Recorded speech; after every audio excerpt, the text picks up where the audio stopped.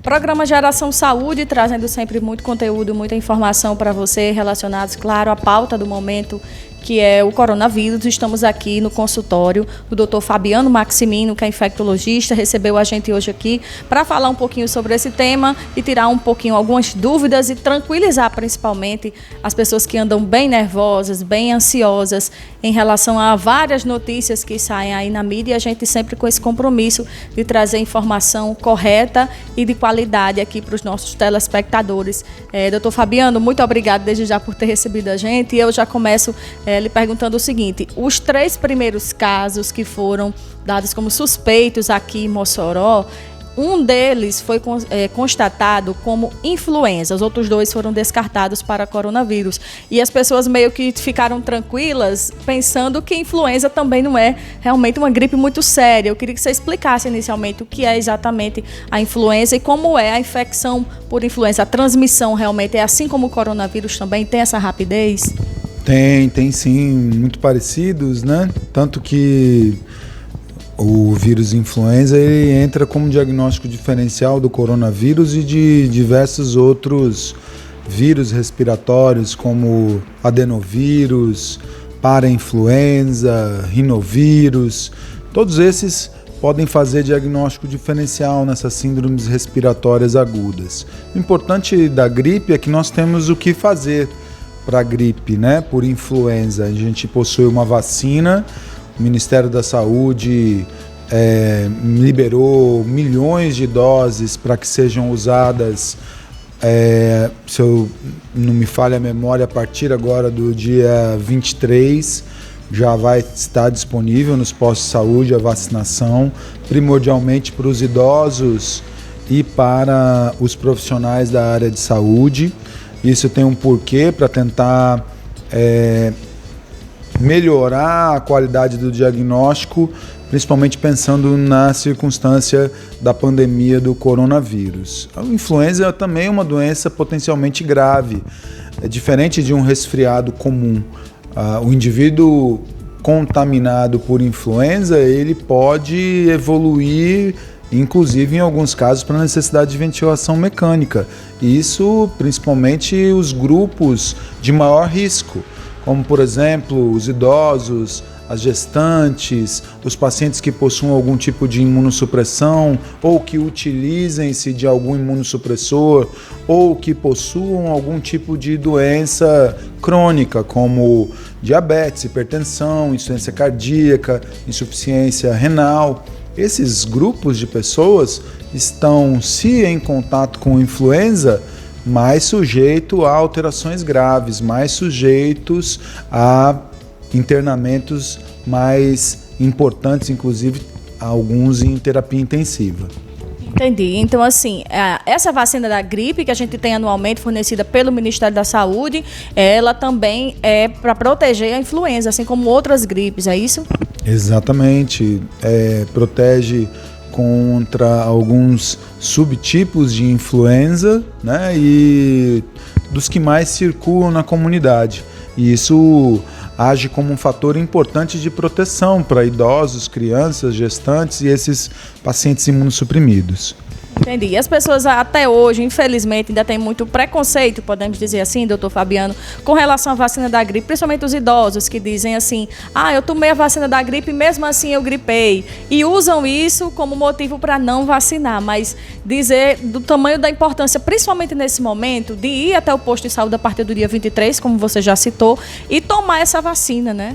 Inclusive, a vacina ela é produzida com partículas do vírus e ela é totalmente impossível dela provocar gripe, né? Ou provocar doença no indivíduo. Então, tire isso da sua cabeça. Se você acredita ainda nisso, está errado esse conceito. Você pode sim se vacinar, os infectologistas, os pneumologistas, os pediatras frequentemente sugerem a vacina para pacientes que estão com câncer, que estão com alguma circunstância de maior debilidade física, justamente para protegê-los, né? Então, se você é idoso e tem medo de vacinar-se, tire isso da sua cabeça. Tem que se vacinar sim. Esse é um ponto. Segundo ponto, se você não é idoso e tem e está numa faixa etária de 6 meses aos 59 anos, você pode se vacinar para o sarampo, né? Porque a gente teve uma circunstância de vacinação contra o sarampo há pouco tempo pelo Ministério da Saúde, e em diversos estados, inclusive aqui no Rio Grande do Norte, não foram atingidos os índices de proteção vacinal, que estão na ordem de 95% da população. Então, sarampo também é uma doença gravíssima, contra a qual a gente não tem medicação efetiva, mas tem uma vacina efetiva. E tantas outras que a gente pode se prevenir, se precaver, né? Hepatite B, difteria, tétano, coqueluche, entre outras, todas elas gratuitas, fornecidas pelo SUS. Basta que você se oriente, né? Entenda que elas são muito necessárias. Exatamente, essa mensagem positiva que a gente quer passar para acabar de vez com esse preconceito. Doutor Fabiano, em relação à influenza, tem um público mais específico que pode pegar a influenza mais do que outros? Por exemplo, esse público que a gente já citou em relação a idosos ou crianças, ou ele pode acontecer em qualquer grupo? Ele pode acontecer em qualquer grupo. Nós somos amplamente susceptíveis ao quadro infeccioso, como somos a qualquer quadro viral. É por isso que o coronavírus está tendo esse impacto tão importante na economia mundial e na vida das pessoas, porque contra ele ainda não existe nenhum tipo de proteção, não existem vacinas, não existem medicamentos. Por isso, dessa preocupação da ordem pública como um todo contra ele. Para o influenza, ele já é conhecido da gente já há muitas décadas, né? E contra ele nós já temos o que fazer, já também há algum tempo. Bastando que a pessoa queira fazer. Então todos precisam vacinar-se. Se eu não me engano, existem milhões de doses da vacina disponíveis, gratuitas, né? E não é todo país que tem isso.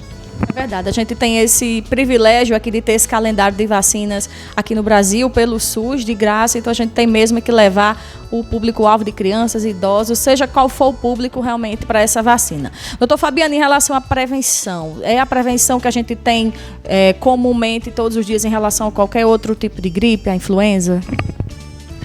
Então, influenza é a gripe, né? Resfriado comum são os outros. E essa etiqueta respiratória que a gente agora tem aprendido de maneira importante, né, que é você não utilizar a mão para servir de anteparo para o seu espirro ou sua tosse, de colocar um lenço, um guardanapo, algo, né, para que esse sim possa ser jogado no lixo posteriormente. Lavar as mãos, né, com água e sabão, e posteriormente à lavagem das mãos, utilizar-se do álcool gel. Esses são parâmetros de higiene pessoal, de toalete respiratória, que ajudam a evitar a disseminação, já que os vírus eles podem contaminar diretamente os indivíduos e podem contaminar os fômites, né? Os objetos inanimados que a gente tem no dia a dia. Podem contaminar câmera, celular, microfone, maçaneta de porta, etc. Tudo que as pessoas co-utilizam, né? Utilizam em conjunto. Entendi. Doutor Fabiano, em relação ao coronavírus, a gente já era de se esperar realmente esse boom de casos, esse número de casos realmente aumentando bastante. Por exemplo, ontem aqui no estado eram mais ou menos 22 casos, né? E já hoje saltou para mais de 70 casos suspeitos. Então, como é que você vê esse avanço aí desse número de casos? Eu acho que é muito bom que hajam vários casos suspeitos, né? Não há de se ter alarmismo, há de se atender às solicitações dos entes públicos e das autoridades públicas no que tange a não haver circulação, aglomerações de pessoas, aglomerações de grande quantidade de pessoas. Então não é o momento para que nós, enquanto cidade, enquanto estado, enquanto país, nos aglomeremos em festas, em restaurantes, em bares, em cinemas, em teatros, porque esses locais são facilitadores de disseminação do vírus. A gente precisa, sim, aprender com os outros países que estão lidando com o Covid-19 e aprender a lição de casa, né? Uma das mais importantes é essa que a gente acabou de citar, da lavagem das mãos, da utilização do álcool gel, né? Parar com essa paranoia, né? Porque a gente está vivendo uma situação que as pessoas estão amedrontadas, todas elas amedrontadas, né? É preciso usar a lucidez e é preciso usar a calma nessa hora. Agora, é fundamental que as pessoas possam aderir de maneira responsável às coisas, né? Porque não adianta você não levar seus filhos no colégio, porque o colégio interrompeu as aulas municipais, estaduais e privadas, e você levar o seu filho num churrasco com 20, 30, 40, 50 pessoas, né? Então essa conscientização na minha opinião, uma coisa bastante importante nesse momento para a população, para toda a população, porque o vírus ele indifere para o rico, para o pobre, para quem tem uma religião ou outra, ele vai afetar a todos. E nós, como seres humanos inteligentes que somos, temos que entender das circunstâncias e poder fazer o que é correto no momento de agora. E o que é correto? Essa restrição, a gente tem outros dados de outros países, ela será temporária. Quanto tempo que ela vai durar? Não sabemos exatamente quanto tempo, né? Pode ser que sejam 30, 60, 90 dias, que seja, se tiver que ser dessa maneira para que haja um mínimo de pessoas afetadas, né? Tão melhor para todos nós enquanto país, enquanto cidade, enquanto estado. O que não pode é as pessoas desrespeitarem essas circunstâncias, né? E acharem que não há problema algum e que se acontecer com o outro não é problema meu, né? É sim, porque a gente tem subpopulações de pessoas que estão sendo afetadas, sim, né? E a gente tem uma literatura já disponível vasta que coloca a importância da gente aderir a essas medidas de proteção de toda a população. E não é de se surpreender que elas possam durar mais tempo ou possam ser até mais duras dentro de algum tempo, a depender de como evoluam os casos dentro do país. Exatamente. Então, a gente deixando aqui esse recado para vocês, telespectadores da Super TV, telespectadores também do nosso programa Geração Saúde, trazendo sempre informação. Muito obrigada, doutor Fabiano. A gente segue aí do estúdio.